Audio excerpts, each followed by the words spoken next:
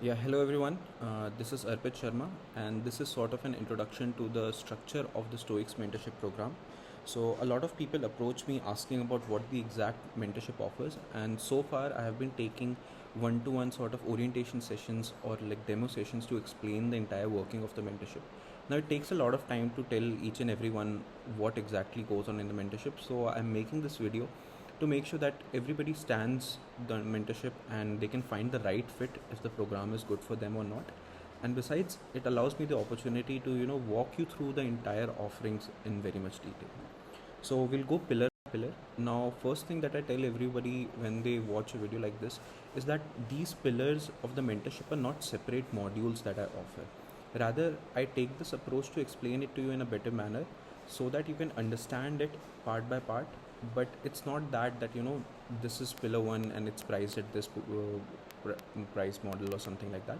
But all of these three pillars are very much interdependent and integrated upon each other. So it's all of a combined offering, but just to understand things step by step, we take it in a pillar wise. So first thing, the mentorship is called Stoic Mentorship.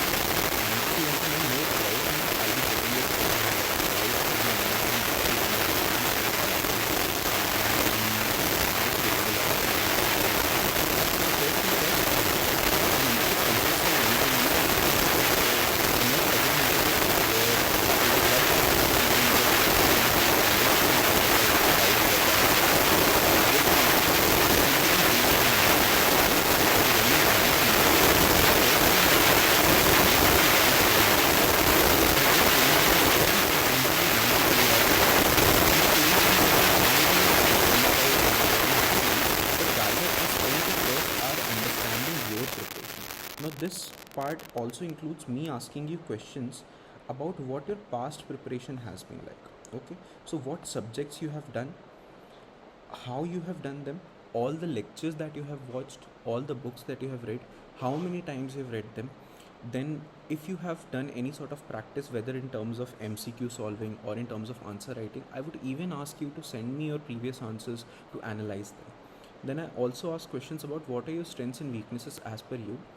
And lastly, I also ask what is your learning methodology, because I have realized some people like to learn based on videos by watching classes, while others prefer a faster learning method or more step by step learning where they can memorize the content.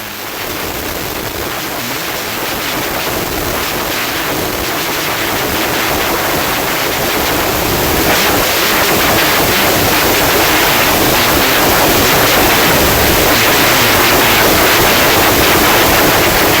apply this mentorship. So first thing that comes goes for mains and for firsts. So since December is approaching, I would usually limit the strategy of people for mains till December or maximum till January end if they are early attempters, or if somebody is well versed with mains and they have done the static portion nicely, it would usually extend to February first week or second week, to be honest, right? So this strategy is then laid out, and by the end of this orientation session, by the end of these 2 hours, we're able to figure out what to do for the next 7 days. Okay, then the 7 days targets I'll be communicating to you over the orientation session itself by the end of it. And then after week on week, we'll have one-to-one sessions on a recurring basis, right? So one thing I want to add with this is, in this recurring sessions, what I do is that I first of all take a course of how you're doing, what are the problems you're facing, what are the roadblocks or the challenges that are there. And then if we have to reorient ourselves for the coming week, for example, if somebody were to take a session with me in these 2 or 3 days, like since Diwali is just around the corner, so I would tell them to go a little bit easy, maybe give time to the festival, enjoy some time with their family, and then shift their targets likewise. Okay, so it's not that it's like a one size fits all approach and that I have laid down the entire timetable for the year and you have to follow it blindly. It's not like that. Sometimes it's also possible that you might have an emergency, you might have to travel for certain things, you might have bad health for a few days, maybe you were down with viral, so that leads to creation of backlogs. Now a lot of people get worried about how to clear these backlogs. So the one-to-one sessions actually allow me to judge every person's preparation on their merit and then suggest things likewise. For example, somebody took a long time off the prep, maybe for whatever reason, and then they come to me that they're not able to finish certain subject or through lectures or whatever. So that allows me the opportunity to tell them that maybe you can go for an alternative resource, that there is a different book that you can read, or maybe some revision sort of material that you can go for, right? So these one-to-one sessions are basically the pillar which last for, since the day of your joining till the date of your interview. So if you've seen my mark sheet, you know that I scored 200 in the interview, right? So if you can be, in the mentorship group till that interview stage, nothing would make me more happier than actually helping you guys for the interview stage and making sure that you get into the final list. All right. Then there is no limit on the sessions that you can schedule. Okay, so I will be giving you a Calendly link from where you can schedule your slots with me for these one-to-one sessions. These one-to-one sessions are also the place where we will be evaluating mains answer copies. Okay, so it encompasses all of these things, and these are no limit sessions. So for example, you join the session, even though it would show a 45-minute time slot, but I never cap my sessions. So even if you have to sit down with me and talk for 2 hours multiple times in a week, that is also a possibility. Okay, so there is no limit on the number of times that you can schedule a session in a week. Secondly, I'll also be reachable on call and WhatsApp as well. Okay, apart from the time maybe when I'm asleep or traveling for any reason, I might be delayed in responding to you, but I'll always be available at your beck and call. Especially if it's a thick pressing and it's like a small doubt, you can immediately call me to get your queries answered.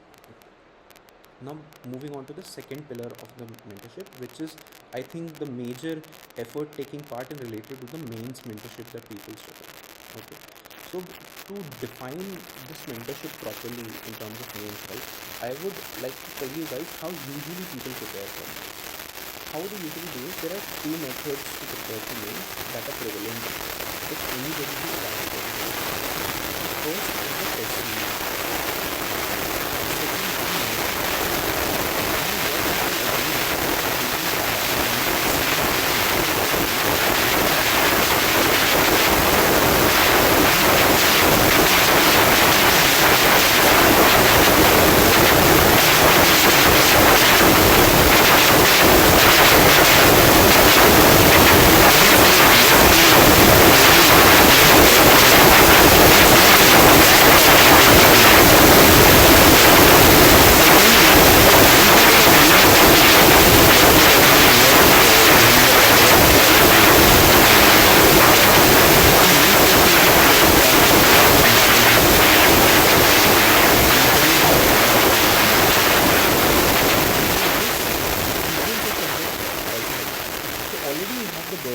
Current affairs and your optional.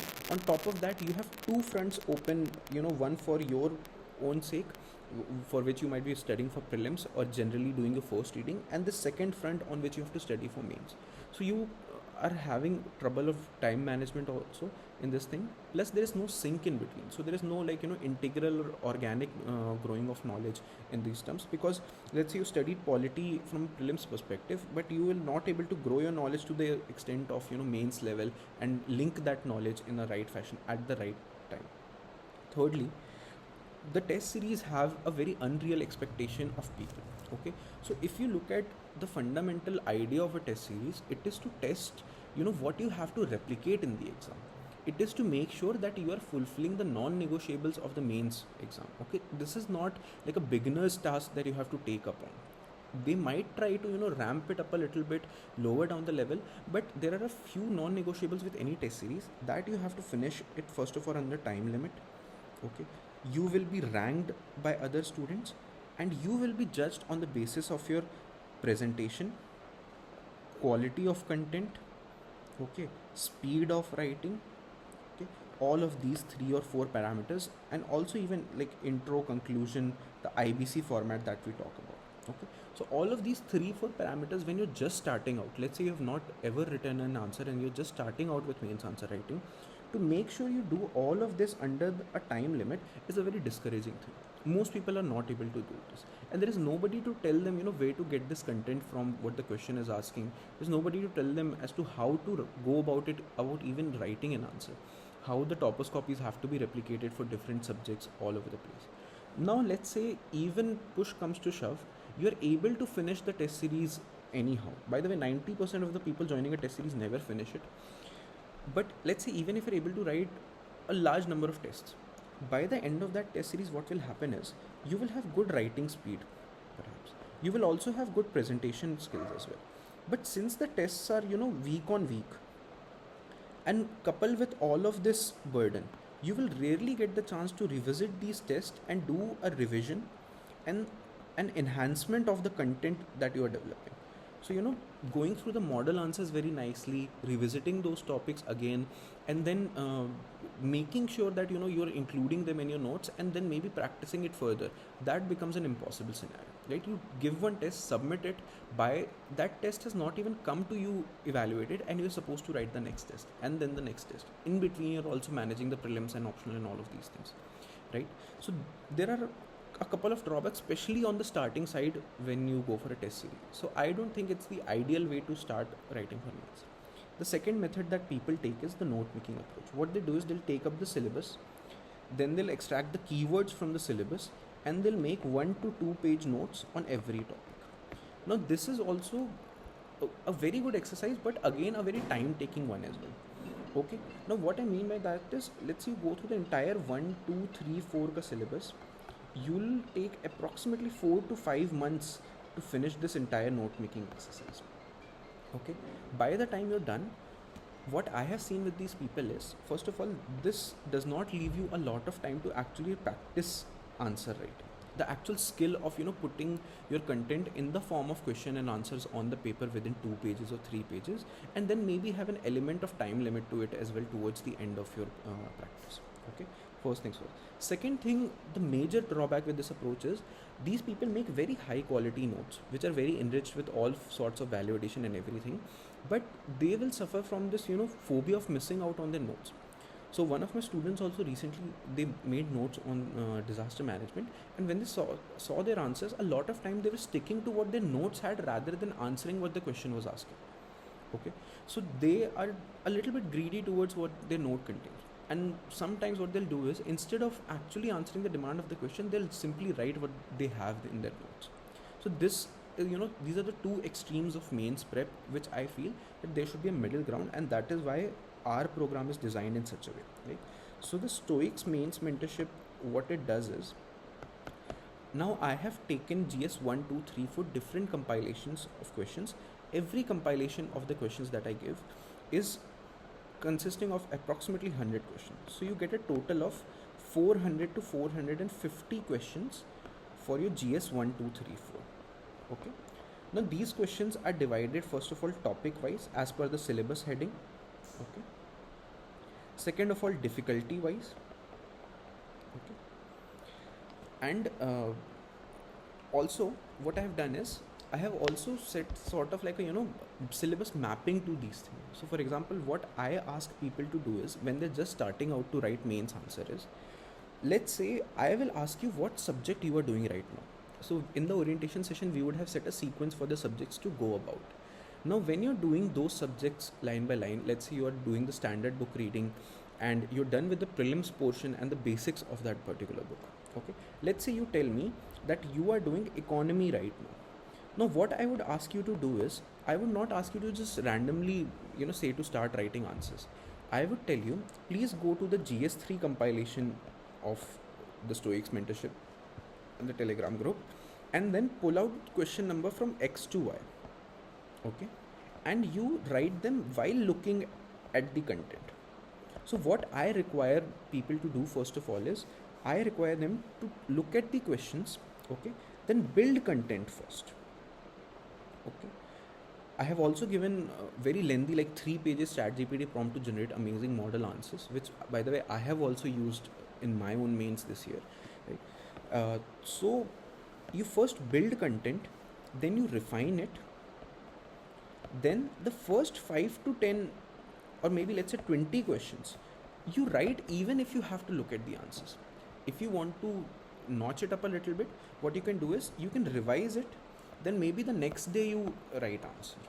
Okay, but in the first 50 to 20 questions there is absolutely no time limit constraint.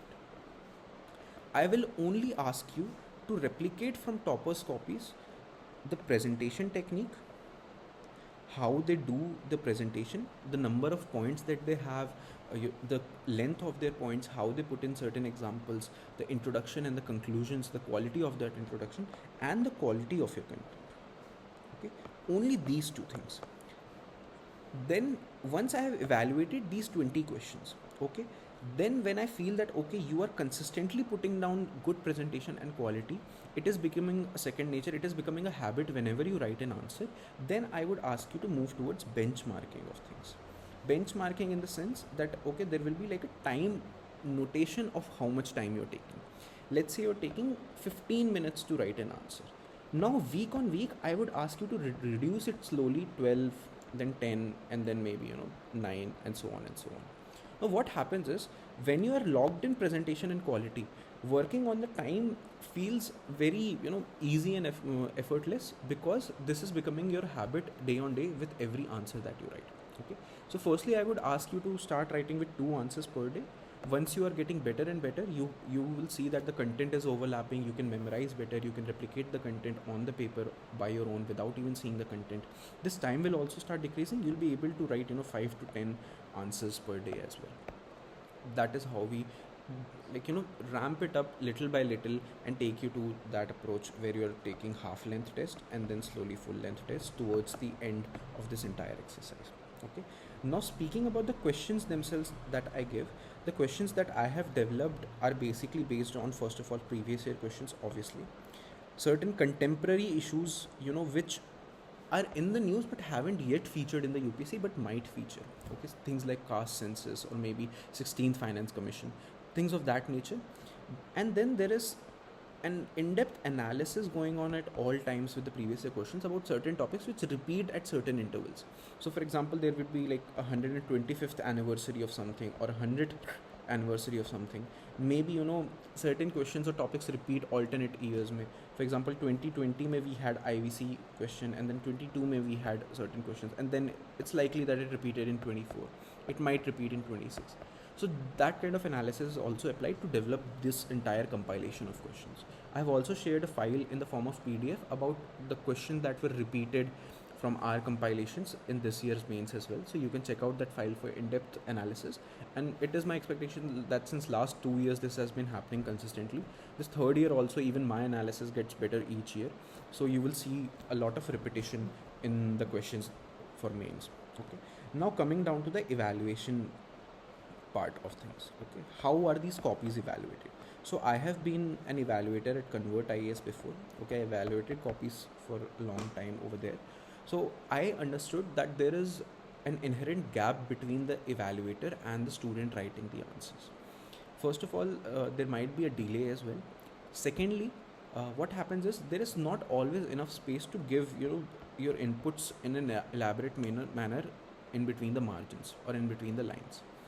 Also there is this lack that I cannot always explain certain things in a lengthy manner or explain the philosophy behind what review I'm giving to an answer. There are certain nitty-gritties which can only be conveyed nicely over a call or over a video call. So what I do is I share copies over this Google Meet, over the video call in front of you. We take a discussion based approach towards evaluation of copies. Okay, so first of all I would be discussing like the premise of the question, how I would structure it, what the framework would be.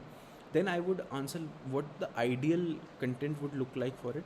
Then I would also take an approach as to, let's say if you have not come across this sort of question or this topic is not very well versed with you, how would I answer and tackle this question in the examination hall, let's say with that sort of preparation. And then we would discuss about how your answer could be better, what are the drawbacks with your answer, how it can be better on each front, whether it is presentation, quality, content, efficiency of space, maybe diagrams, value addition, quotations, current affairs linkages. All of these parameters we go through in a discussion based approach. And plus, if you have any doubt with those kind of questions, or if you're writing more questions on the backside, so you can ask about those doubts in those sessions as well. So these again are clubbed in the one-to-one sessions where we talk about your roadblocks, challenges, and take a course of things. Okay, so this is quite different from whatever is there, and this is the thing with hand holding and step-by-step plan and evaluation. And also one thing I want to emphasize is that even if you're writing other stuff on the side. Let's say you've taken a test series, or you're just downloading test series from Telegram and writing them. I'll be very happy to evaluate those as well. So there is no bar on what kind of evaluation I'll do. If you write my questions, I'll be much happy. But even then, if you are writing, you already have a program going on.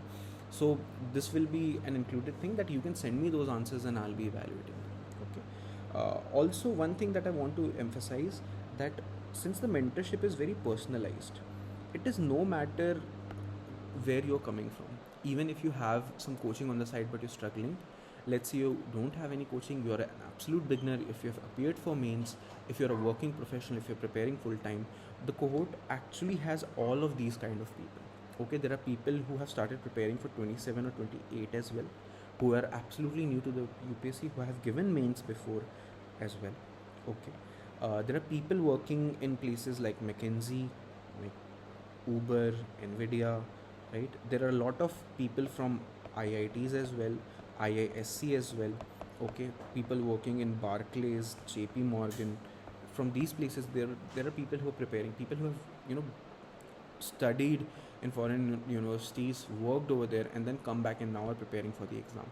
So there's all kinds of people over here. Some have a foundation course also going on in the side by side, but still they're taking the mentorship because it sort of fits you like a puzzle piece, and it can be tailored as per your strengths and weaknesses and what your needs are at the moment.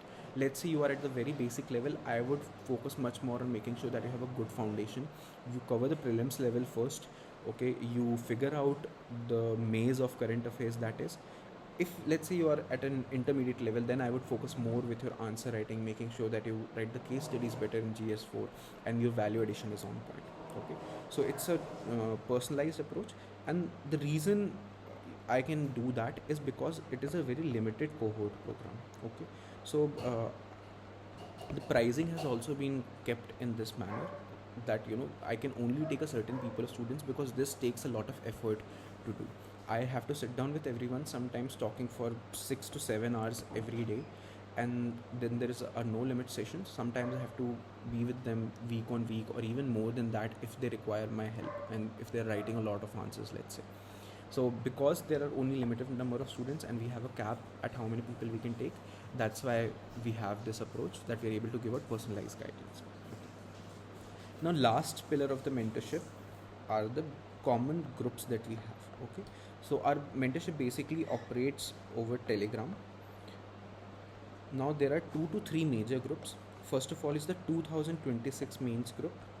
There is 25 mains group, and then there is a common primary group. Okay, this is the group where I have posted the question compilation and people submit their answers for evaluation. It is a very collaborative group, and sometimes I also share some relevant content as well. This group is very unique in the sense that all the questions that I posted for 2025 mains preparation, along with the answer copies of the students and the evaluation sessions recorded. Okay, so some of the evaluation sessions where I have evaluated copies in groups. So for example, I've taken copies from 5 to 6 people and evaluated them on call while recording the entire thing. Now this is unique in the sense because it will allow you to revisit certain topics, because these people have also developed model answers last year. A lot of topics, value addition, maybe diagrams, you would find a lot of ready-made content in these copies which you can copy paste in your own notes. So despite you don't have to hunt for these things uniquely in your own time by going to the internet and like searching a lot for half an hour or an hour for a single topic. You can simply revisit these topics and copy paste a lot of content like examples, value addition, and all of these things. Plus the evaluation sessions that are recorded over here, these will help you get into the shoes of an examiner. Since it will be others' copies that you will be seeing, you will see them with an unbiased eye, and then what you'll do is you'll be able to judge very fairly as to what constitutes a good answer versus a bad answer. You'll also see how I evaluate copy on the go, what exactly leads to lesser marks and more marks. So you'll be able to figure out on your own how exactly I have to replicate certain qualities in my answers when I'm writing. Okay, so these evaluation sessions, you don't have to watch them all, but let's say if you watch 2 or 3 of these, you'll gain a lot of insight as to how the copies are evaluated and what are the parameters of a good answer. Then there are the common groups. Okay, this is one common group where I keep on sharing important articles also, but there are certain group sessions as well, right? So apart from the one-to-one sessions, which are the absolute pillar of the mentorship, there are certain group sessions which happen on a need basis. So for example, currently I'm taking some brainstorming sessions. So these brainstorming sessions are basically based on when you have the content, but still the question feels difficult in mains. How do you assemble your answer, or how do you generate points on the spot? So I'll be taking approximately 10 to 20 sessions for this throughout October and November, in which I'll be covering this whole skill of brainstorming or generating points on the spot. Okay. But apart from this, closer to prelims, there are previous year questions discussions where I discuss the previous year question paper of prelims. There are also quizzing sessions, maybe revision sessions. Sometimes I would take a session based on the strategy of a particular subject.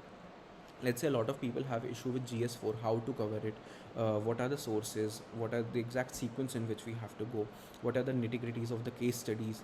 So I take certain sessions of 1 to 2 hour long, which are recorded again. You can watch them later on to discuss the strategy of a particular subject. Okay, so this is an exercise that goes hand in hand, but ramps up closer to the examination, let's say prelims or mains, a few months before these exams. It is at full fervor.